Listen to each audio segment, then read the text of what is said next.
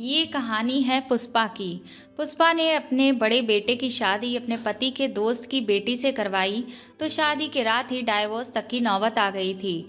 उसने गुस्से में आकर अपने बड़े बेटे को घर से निकाल दिया और दूसरे बेटे की शादी उसी से करवा दी। लेकिन दूसरे बेटे ने भी शादी की रात ही उस लड़की को डाइवोर्स दे दिया था। पुष्पा ने इस राज को मालूम करने के लिए अपने तीसरे बेटे की जबरदस्ती शादी करवा दी और दूल्हे की जगह खुद पुष्पा कमरे में चली गई। उसके तो पैरों तले से जमीन निकल गई जब तीसरे बेटे के कमरे में जाते ही रिया बिहार में रहती थी और अपने पापा की इकलौती बेटी थी।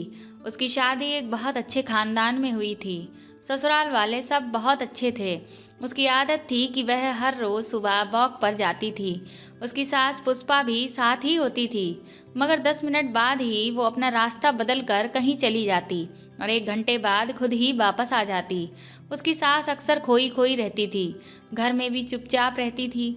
रिया को लगता था कि उसकी सास अंदर से बहुत दुखी है। वो बहुत कोशिश करती थी कि वह रिया को अपने दिल का दर्द और हाल बताए, मगर उसकी सास ऐसा नहीं करती थी। रिया एक अस्पताल में डॉक्टर थी। एक दिन दोपहर को अस्पताल से घर आते हुए उसने अपनी सास को जेल के बाहर देखा। वह सड़क की दूसरी तरफ थी, इसलिए जब वो वहां पहुंची वह जेल के अंदर चली गई। मेन गेट पर खड़े आदमी से पूछा तो वो कहने लगा, ये बूढ़ी औरत तो अक्सर यहाँ आती है।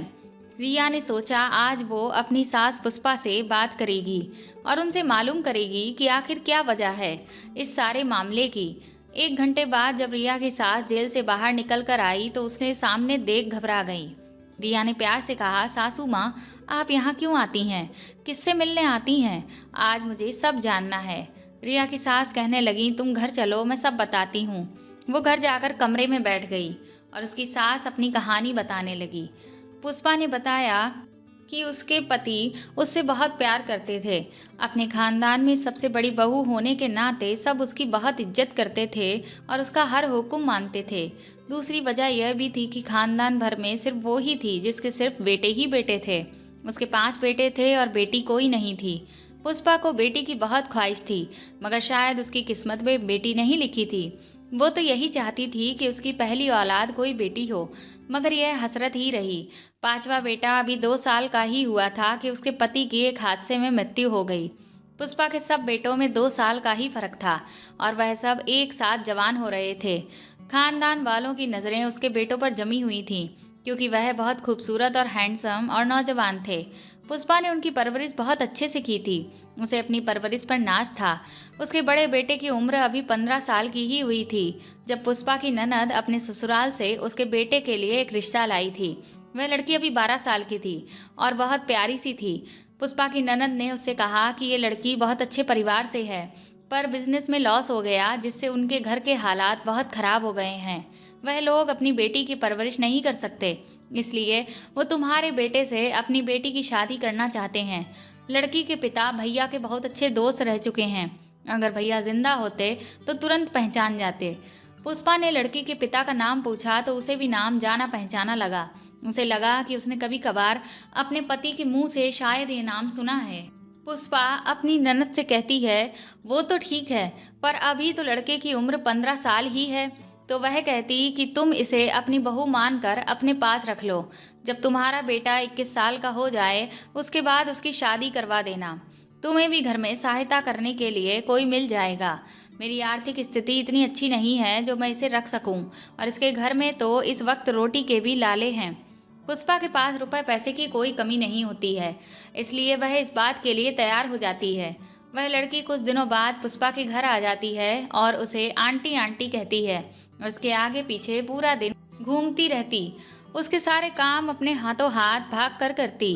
धीरे धीरे पुष्पा का उस लड़की से बहुत ज़्यादा लगाव हो जाता है और वह सोचती है कि उसके जीवन में जो एक बेटी की कमी थी वह इस लड़की ने बहू के माध्यम से ही सही लेकिन पूरी कर दी। पुष्पा ने अपने बेटों को नहीं बताया कि उस लड़की को उसने बहू के तौर पर स्वीकार लिया है, बल्कि उसने कहा कि तुम्हारे पिता के दोस्त की आर्थिक स्थिति अच्छी नहीं थी, इसलिए यह यहाँ रहने लगी है। उस लड़की की पुष्पा के लड़कों से भी अच्छी खासी दोस्ती हो जाती है और सब खुशी खुशी एक घर में रह रहे होते हैं। कुछ साल बीत जाने के बाद लड़की के पिता घर आते हैं और कहते हैं कि अब उनकी आर्थिक स्थिति अच्छी है और वह उसे ले जाना चाहते हैं। ये सुनकर पुष्पा बहुत परेशान हो जाती है और कहती है, इसकी क्या ज़रूरत है? आपने तो कहा था कि आप मेरे बड़े बेटे से इसकी शादी करेंगे और मैंने इसको अपने घर में पनाह भी इसीलिए दी थी और अब हम सब इसका काफ़ी इससे लगाव हो गया है और कुछ महीने बाद ही मेरा बड़ा बेटा 21 साल का हो जाएगा। उसके बाद हम उनकी शादी कर देंगे। लड़की के पिता कहते हैं कि मैं आपकी बात का विश्वास कैसे करूं? ऐसा करिए कि आप कुछ प्रॉपर्टी इसके नाम कर दीजिए, जिससे इसका भविष्य भी सुरक्षित हो जाएगा और मुझे भी आपकी बात पर यकीन हो जाएगा कि आप इसे अपना मानने लगी हैं। पुष्पा उस लड़की की जुदाई बर्दाश्त नहीं कर सकती थी, तो उन्होंने अपनी प्रॉपर्टी का कुछ हिस्सा उसके नाम कर दिया ताकि उस लड़की के बाप को तसल्ली हो जाए। उसका बाप चुपचाप वहाँ से चला गया। उसके बाद वह लड़की कभी कभार अपने माँ बाप से मिलने के लिए जाती थी और पुष्पा से कुछ पैसे भी ले जाती थी कि उसके माँ बाप पैसों से परेशान रहते हैं, इसलिए पुष्पा उसे थोड़े बहुत पैसे दे दिया करती थी। उसके बाद कभी कभार उस लड़की के माँ बाप उससे मिलने आ जाते थे। पुष्पा जानती थी कि उनकी आर्थिक स्थिति बहुत ज़्यादा अच्छी नहीं थी, इसलिए थोड़े बहुत रुपए उन्हें भी दे दिया करती थी। जब वह लड़की 18 साल की हो जाती है तो उसके पिता घर आते हैं और पुष्पा से कहते हैं कि आपका बड़ा बेटा तो अब 21 साल का हो चुका है, क्यों ना आप इसकी शादी करवा दें, क्योंकि बिना शादी के यह कब तक यहाँ रहेगी। रिश्तेदार भी तरह तरह की बातें करने लगे हैं। पुष्पा उन लोगों की बातें सुनकर शादी की बात मान जाती है, क्योंकि वह भी अब उस लड़की की दूरी बर्दाश्त नहीं कर पाएगी। ऐसा उन्हें लगता था कि अब उस लड़की के बगैर उनका घर सूना हो जाएगा। पुष्पा अपने बड़े लड़के से उस लड़की की शादी की बात करती है जिसका नाम रुवीना होता है। वह अपने बड़े बेटे रोहन से कहती है कि मैं तुम्हारी शादी रुवीना से करवाना चाहती हूँ। ये बात सुनकर रोहन चौंक जाता है और कहता है कि आप यह कैसी बातें कर रही हैं? मैंने तो उसे कभी इस तरह से नहीं देखा, वह सिर्फ हमारी अच्छी दोस्त है। इस पर पुष्पा कहती है कि देखो बेटा, वह हमारे घर में रहती है और हम सबको अब उसकी आदत हो चुकी है और मुझे तो उसके बगैर यह घर सूना लगता है। अगर तुम्हें कोई पसंद हो तो तुम बता दो, पर अगर तुम्हें कोई नहीं पसंद है तो रुवीना से शादी करने में क्या हर्ज है? वह एक अच्छी लड़की है और हमारे घर को संभाले हुए भी है। पुष्पा की यह बातें सुनकर उसका बेटा रोहन शादी के लिए हाँ कह देता है और पुष्पा अपने बड़े बेटे रोहन से रुवीना की शादी करवा देती है। अपने बड़े बेटे की शादी रुवीना के साथ करवाकर पुष्पा बहुत खुश थी, क्योंकि उसे यह भी डर था कि बाहर से अगर कोई लड़की आती तो वह पता नहीं कैसी होती, और रुवीना उसके साथ कई सालों से रह रही है जिसे वह बहुत पसंद करती है। पुष्पा अपने बेटे बहू को कमरे में छोड़कर बाहर आ जाती है और अभी उसे बाहर आए हुए बहुत ज़्यादा देर नहीं हुई होती है कि तभी कमरे से उसके बेटे रोहन के चीखने की आवाज़ें आने लगती हैं। वह घबरा कर भाग कर अपने बेटे के कमरे की तरफ जाती है और घर में जितने मेहमान होते हैं वह भी वहां पहुंच जाते हैं। बेटे के कमरे का दरवाज़ा खुला हुआ था और वह सोफे पर बैठा हुआ था, जबकि उसकी बहू रुवीना कमरे के बीचों बीच रो रही थी। पुष्पा ने आगे बढ़कर पूछा कि क्या हुआ है। उसने कोई जवाब नहीं दिया। रोहन अपनी जगह से उठा और बोला, मम्मी, मैं रुवीना को तलाक देना चाहता हूँ। पुष्पा अपने बेटे रोहन की बात सुनकर बिल्कुल हैरान रह गई। सब मेहमानों के मुंह से तरह तरह की बातें सुनने को मिल रही थीं। नई नवेली दुल्हन को कमरे में लाते ही बीवी को तलाक देने की बात क्यों कर रहा है। पुष्पा ने गुस्से में आकर अपने बेटे रोहन के मुंह पर थप्पड़ मार दिया और कहा कि तुम क्या बकवास कर रहे हो। रोहन कहता है कि मैं वाकई में रुवीना को तलाक देना चाहता हूँ। पुष्पा फिर से अपने बेटे को एक थप्पड़ मारती है और चिल्लाते हुए पूछती है, आखिर तुम ऐसा क्यों कर रहे हो। वह कुछ नहीं बोला तो पुष्पा को बहुत तेज गुस्सा आ गया और उसने अपने बेटे रोहन को घर से बाहर निकाल दिया और कहा कि यहाँ दोबारा मत आना। रोहन घर से चला गया, पर उसने पुष्पा को वजह नहीं बताई कि उसे रुवीना को तलाक क्यों दिया। उसने अपनी बहू से पूछा तो कहने लगी, मुझे नहीं पता। कमरे में आते ही कहने लगे कि मैं तुमसे शादी नहीं करना चाहता था, इसीलिए मैं तुम्हें तलाक देना चाहता हूँ। घर में मौजूद मेहमान तरह तरह की बातें करने लगे। इतने लोगों की मौजूदगी में रोहन ने पुष्पा की सालों की इज्जत को तार तार कर दिया। मेहमान पुष्पा की परवरिश पर सवाल उठाने लगे। अगले दिन सुबह होते ही बहू के माँ बाप भी आ गए और अपनी बेटी के कमरे में चले गए। पुष्पा अपने कमरे में आ गई। उसे यकीन नहीं हो रहा था कि उसका इतना काबिल बेटा रोहन यह सब भी कर सकता है, उसे इतना शर्मिंदा कर सकता है और अपनी बीवी से इस तरह की तलाक की बातें भी कर सकता है। उसे वजह जानने की बड़ी जिज्ञासा हो रही थी कि कोई तो वजह होगी।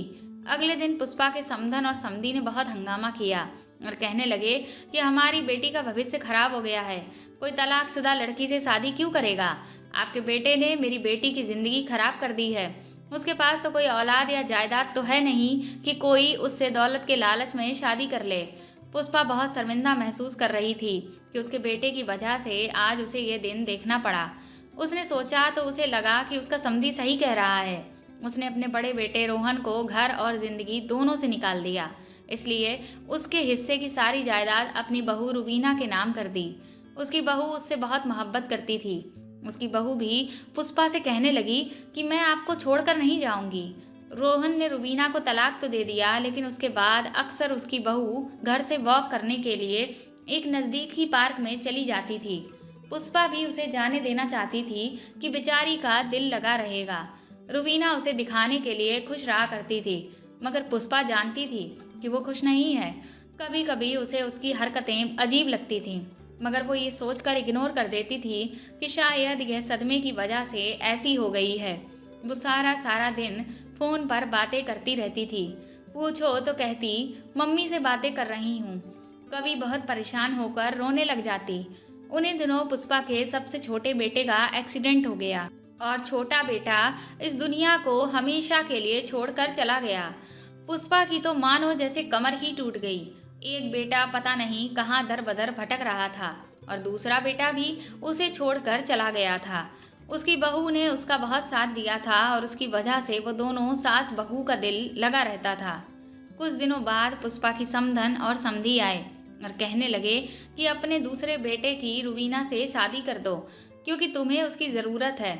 उसकी बात सुनकर पुष्पा राजी हो गई और दूसरे बेटे रमेश को बुलाकर कहा कि मैं तुम्हारी शादी रुबीना से कर रही हूँ। वो रुबीना की उम्र का ही था, लेकिन फिर रमेश ने कहा कि भाई ने उसे पता नहीं क्यों तलाक दिया है, मैं कैसे इससे शादी कर लूँ। पुष्पा ने रो धोकर बेटे को राजी किया कि मेरा मरा हुआ मुँह देखेगा। अगर तुमने रुबीना से शादी नहीं की तो वह राजी हो गया और रमेश से रुबीना की शादी कर दी। उसकी बेचारी बहू ने तो उसे साफ कह दिया था कि आप मेरी शादी किसी गरीब से भी करोगी तो भी मैं कर लूँगी। उन दोनों की शादी करवा कर पुष्पा को बहुत संतोषजनक महसूस हुआ। वह सोच रही थी कि बस अब सब ठीक रहे और अपने कमरे में आ गई। कुछ ही देर गुजरी थी कि फिर से वही हुआ। उसके बेटे के कमरे से चीखने की आवाज़ आ रही थी। पुष्पा अपने आप को संभालती हुई भाग कर गई तो वही दृश्य देखा जो वो एक बार पहले भी देख चुकी थी। उसके उस बेटे ने भी उसकी बहू को शादी की पहली रात तलाक देने की बात कही थी। उसने वजह पूछी तो वो खुद ही घर छोड़कर चला गया। ये मामला पुष्पा की समझ से बाहर था।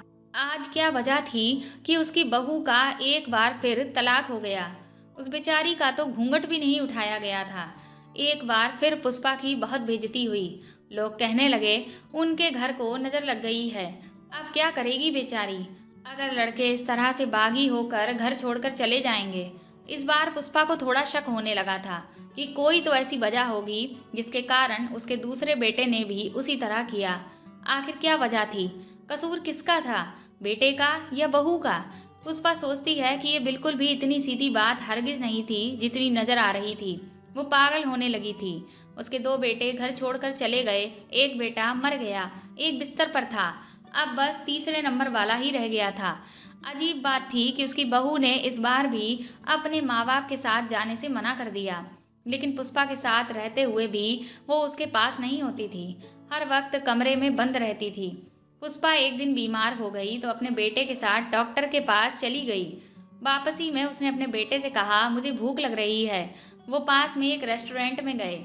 वहाँ कुछ खाने वाले ही थे वो कि उसने अपने बड़े बेटे को देखा जो किसी लड़की के साथ बैठा हुआ था। उसकी पीठ पुष्पा की तरफ थी, इसलिए वो उसको ठीक से देख ना सकी। तभी एक लड़की आती है और उसके बड़े बेटे के पास आकर बैठ जाती है।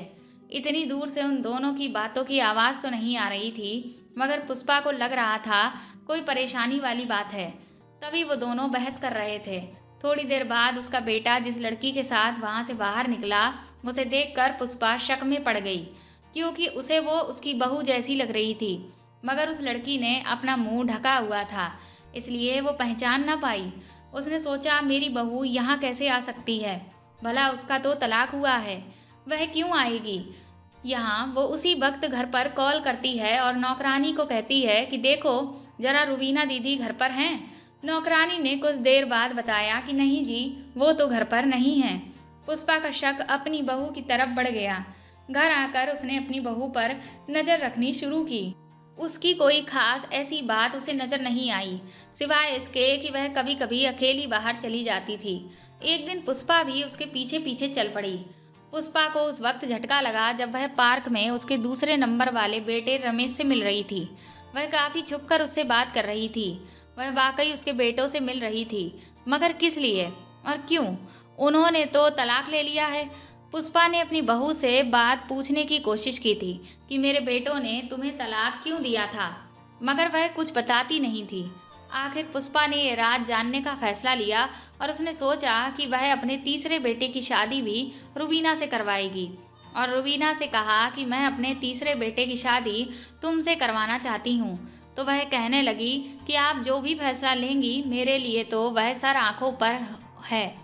पुष्पा अपने तीसरे बेटे की शादी सिर्फ इसलिए करवाना चाहती थी क्योंकि वह उस रात का सच जानना चाहती थी। पुष्पा ने अपने तीसरे बेटे की शादी भी रुबीना से करवा दी, जो उससे 2 साल छोटा था, पर उसमें इतनी हिम्मत नहीं थी कि वह अपनी माँ के फैसले के खिलाफ जाए, तो उसने अपना सर झुका दिया। रुबीना की शादी पुष्पा के तीसरे बेटे राकेश से हो गई। शादी वाली रात पुष्पा ने अपने बेटे से कहा कि मुझे अपनी तबीयत कुछ ठीक नहीं लग रही है, तुम मेरे लिए दवाई ला दो। वह कपड़े बदल कर दवाई लेने के लिए चला गया। पुष्पा ने अपने बेटे के कपड़े पहन लिए और उसने शेरवानी पहन ली और सहरे से अपना मुंह ढक लिया और खुद सुहागरात वाले कमरे में चली गई। उसकी बहू रुबीना बेड पर बैठी हुई थी। वह अपने दूल्हे को देखते ही तुरंत बेड से खड़ी हो गई और खुद ही कहने लगी कि जानती हूँ राकेश कि तुम अब मेरे पति हो, लेकिन मैं तुमसे बस इतना कहना चाहूँगी कि मैंने तुम्हें हमेशा एक अच्छे दोस्त के तौर पर समझा है और मैं तुम्हें पसंद नहीं करती हूँ, और बार बार हुई शादियों का हाल देखकर मेरा शादी से विश्वास भी उठ चुका है। मगर तुम्हारी माँ ने मेरी शादी ज़बरदस्ती तुमसे करवा दी है, और तुम्हारी माँ ने ही कहा था कि तुम तलाक मांग लेना। वह बस दुनिया के सामने अपना सर ऊंचा करना चाहती हैं कि उन्हें अपनी बहू से कितना लगाव है। मेरी पहली शादियां भी उन्होंने इसीलिए करवाईं और मुझे तलाक मांगने को कहा। वह बस दुनिया को ये दिखाना चाहती थी कि देखो, मैंने एक गरीब परिवार की लड़की को अपनी बहू बना लिया है। उन्होंने मेरी शादी तुम्हारे भाइयों से भी सिर्फ दिखावे के लिए ही की थी, और बाद में तुम्हारे भाइयों से मुझे तलाक दिलवा दिया। और रुबीना कहती है कि अगर तुम्हें यकीन नहीं आ रहा है तो मेरी माँ से पूछ लो। उसने अपनी माँ को फ़ोन लगाया तो थोड़ी देर बाद रुबीना की माँ कमरे में आ गई और कहने लगी, बेटा यह ठीक कह रही है। उसने तो तुम्हारी माँ को बहुत समझाया था कि वह समाज को दिखाने के लिए इस तरह का काम ना करें, लेकिन वह नहीं मानी। रुबीना की माँ बोली कि मेरी बेटी तुम्हें अपना पति नहीं मान सकती है क्योंकि वह किसी और को पसंद करती है। तुम उसे तलाक दे दो ताकि उसकी शादी हम लोग उस लड़के से करवा दें जिसे वह पसंद करती है। रुबीना और रुबीना की माँ को मालूम ही नहीं था कि इस सहरे के पीछे कौन है। उसे तो यही लग रहा था कि राकेश है। पुष्पा के तो होश ही उड़ गए अपनी बहू रुबीना के मुंह से फर्राटेदार झूठ सुनकर, और उसे यकीन ही नहीं हो रहा था कि रुबीना के साथ उसकी माँ भी मिली हुई है। वह भी झूठ बोलकर उसके बेटों के तलाक करवा रही है। पुष्पा सोच रही थी कि यह बहू जिसे मैंने हमेशा नाजों से रखा, उसने उसके साथ इतना बड़ा खेल खेला। ये सब देखकर तो पुष्पा की जान ही निकल गई। पुष्पा ने अपना सहरा निकाल कर फेंक दिया। वह दोनों उसे देखकर घबरा गईं। उन दोनों को उम्मीद भी नहीं थी कि दूल्हे के रूप में उनके सामने वह खड़ी होगी। पुष्पा ने आगे बढ़कर अपनी बहू के मुंह पर थप्पड़ मार दिया और चिल्लाकर कहा, खबरदार जो अपनी जुबान से अब एक और झूठ निकाला। तुम इतनी घटिया निकलोगी मुझे तो यकीन ही नहीं हो रहा। मेरे बेटों के खिलाफ तुमने इतनी बड़ी साजिश करी। तुम्हारी वजह से मेरे दोनों बेटे न जाने कहाँ भटक रहे हैं। तभी पुष्पा की समधन आगे बढ़ते हुए कहती है कि समधन जी मेरी बात सुनो, लेकिन पुष्पा उसे जोर से धक्का मारती है। उधर रुबीना परेशान हो रही होती है ये देखकर कि उसकी सास को सब कुछ पता चल गया। तभी रुबीना के पिता पीछे से आते हैं और पुष्पा के हाथ पकड़ लेते हैं और उसे कुर्सी पर बिठाकर कुर्सी पर बांध देते हैं। रुबीना तुरंत पुष्पा के मुंह में कपड़ा ठूस देती है और कहने लगती है कि सॉरी सासू माँ, आपको यह सब पता चल गया तो इस वजह से मुझे आपके साथ अब ऐसा करना पड़ रहा है और अब आप यहीं पर बंद रहेंगी। पुष्पा ने चिल्लाने की कोशिश करी लेकिन उसकी आवाज़ उसके मुंह के अंदर ही रह गई। अचानक दरवाजे पर किसी के आने की आहट हुई। पुष्पा की एक रिश्तेदार औरत की आवाज़ आई। उसने कहा, सब ठीक है ना? कमरे से आवाज़ आ रही थी। रुबीना ने दरवाज़ा खोलने की बजाय वहीं से कह दिया, जी हाँ, सब ठीक है, आप जाकर आराम करें। उसने अपने पिता के साथ मिलकर पुष्पा को कुर्सी समेत बाथरूम में बंद कर दिया। थोड़ी देर बाद पुष्पा के बेटे राकेश की आवाज़ सुनाई देती है। वह पूछ रहा होता है कि मम्मी कहाँ हैं, तो किसी ने कहा वह अपने कमरे में होंगी। राकेश सब जगह पुष्पा को ढूंढ रहा होता है। पुष्पा अंदर तड़प रही होती है। उसने कभी ख्वाब में भी नहीं सोचा था कि उसके साथ कभी ऐसा भी होगा। कुछ देर बाद उसे दोबारा बाहर से आवाज़ सुनाई देती है। उसे महसूस होता है कि उसका बेटा उसे ढूंढते हुए घर के बाहर चला गया। पुष्पा ने बहुत कोशिश की लेकिन वह अपने आप को खोल नहीं पाई क्योंकि उसे बहुत कस के कुर्सी पर बांधा गया होता है। थोड़ी देर बाद रुबीना की माँ आती है और पुष्पा को बाथरूम से निकालकर स्टोर रूम में खींचते हुए ले जाती है और वहाँ ले जाकर बंद कर देती है। पुष्पा अभी भी शेरवानी में होती है। उसकी हालत खराब हो चुकी होती है। उसे यकीन नहीं होता है कि उसका बेटा उसे ढूंढ लेगा, लेकिन पूरा दिन गुजर गया, उसका बेटा नहीं आया। पुष्पा को वहाँ कैद हुए 2 दिन हो गए थे। रुबीना जाकर के उस दिन में सिर्फ एक बार खाना दे देती थी जिससे वह जिंदा रह सके। उधर राकेश अपनी माँ को ढूंढ ढूंढ कर परेशान हो गया होता है और पुलिस में जाकर उनकी गुमशुदगी की रिपोर्ट दर्ज करवा देता है। पुष्पा की हालत बहुत खराब हो रही होती है। वह अपने आप को आज़ाद कराने की पूरी कोशिश करने लगती है। वह यह कोशिश पिछले 2 दिनों से कर रही थी। शाम तक उसने जोर लगा लगा कर कुर्सी में बंधी रस्सी को ढीला कर दिया और रात तक अपने आप को छुड़ा लिया। और रात को जैसे ही रुबीना दरवाज़ा खोलकर अंदर आई, पुष्पा ने स्टोर रूम में रखा हुआ डंडा उठा लिया और उसके सर पर दे मारा और उसे बेहोश कर दिया। पुष्पा का बेटा राकेश, जो उसे ढूंढ ढूंढ कर थक गया था, वह स्टोर रूम से अपने बेटे को आवाज़ लगाती है। उसकी आवाज़ सुनते ही उसका बेटा भागता हुआ आता है। पुष्पा की हालत बुरी तरीके से खराब हो गई थी। वह उसको बता रही थी कि तुम्हारी बीवी रुबीना ने मुझे अगवा कर लिया था और स्टोर रूम में बंद कर दिया था। ये बताते बताते पुष्पा बेहोश हो जाती है और जब उसे होश आता है तो वह अस्पताल में होती है। उसके दोनों बड़े बेटे भी सामने खड़े होते हैं। उन दोनों को देखकर उसे बहुत खुशी होती है। पुष्पा ने अपने बेटों से जब रुबीना के बारे में पूछा तो उसके छोटे बेटे राकेश ने बताया कि वह धोखेबाज लड़की इस वक्त अपने माँ बाप के साथ जेल में है। पुष्पा के दोनों बड़े बेटों ने अपनी पूरी कहानी सुनाई, जो ये थी कि रुबीना के माता पिता की शुरू से ही अपने दोस्त की ज़मीन जायदाद पर नज़र थी। जैसे ही पुष्पा के पति की मृत्यु हुई, उन्होंने प्लान बनाया और अपनी बेटी को हमारे घर भेज दिया। हमारी दौलत पर कब्जा करने के लिए पुष्पा के बड़े बेटे रोहन से भी उसने यही कहा था कि तुम्हारी माँ ने ज़बरदस्ती मेरी तुमसे शादी करवाई है। मैं किसी और को पसंद करती हूँ, इसलिए तुम्हारे साथ रिश्ता निभा नहीं सकती। तुम मुझे तलाक दे दो और यह बात अपनी माँ को मत बताना, वरना उन्हें बहुत बुरा लगेगा। और दौलत के लालच में ही उसने हमारे एक भाई का एक्सीडेंट करवा दिया और उसकी मौत हो गई और दूसरे भाई को भी घर से निकलवा दिया, यही झूठ बोलकर। हम लोगों को शक ना हो, हम लोगों की नज़र में सच्ची बनने के लिए वह बाद में हमसे मिलती जुलती रहती थी और आपके खिलाफ हमें भड़काती थी। कहती थी कि आपने हमें घर से निकाल दिया है तो हम लोग भी आपसे अपना रिश्ता तोड़ दें, जिससे वह एक एक करके आपके सारे बेटों को आपसे दूर करने का प्लान बना रही थी और आपकी पूरी जायदाद हड़पना चाह रही थी। ये बात बताते बताते पुष्पा रोने लगती है और अपने वर्तमान में वापस आ जाती है। पुष्पा अपनी बहू रिया से कहती है कि मैं कभी कभी उसे जेल में उस धोखेबाज को देखने के लिए जाती हूँ। उसने मेरे पूरे परिवार को बर्बाद करने की कोशिश की, मुझसे मेरा एक बेटा छीन लिया।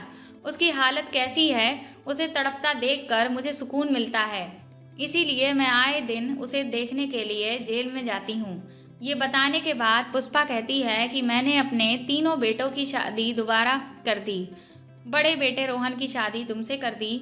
आज मेरे बेटे अपने घर में बहुत खुश हैं। मैं सुबह-सुबह तुम्हारे साथ वॉक पर जाती हूँ, तो वहाँ से रास्ता बदल कर मैं कभी-कभी जेल की ओर ही निकल जाती हूँ और 1 घंटे बाद वहाँ से वापस लौट आती हूँ।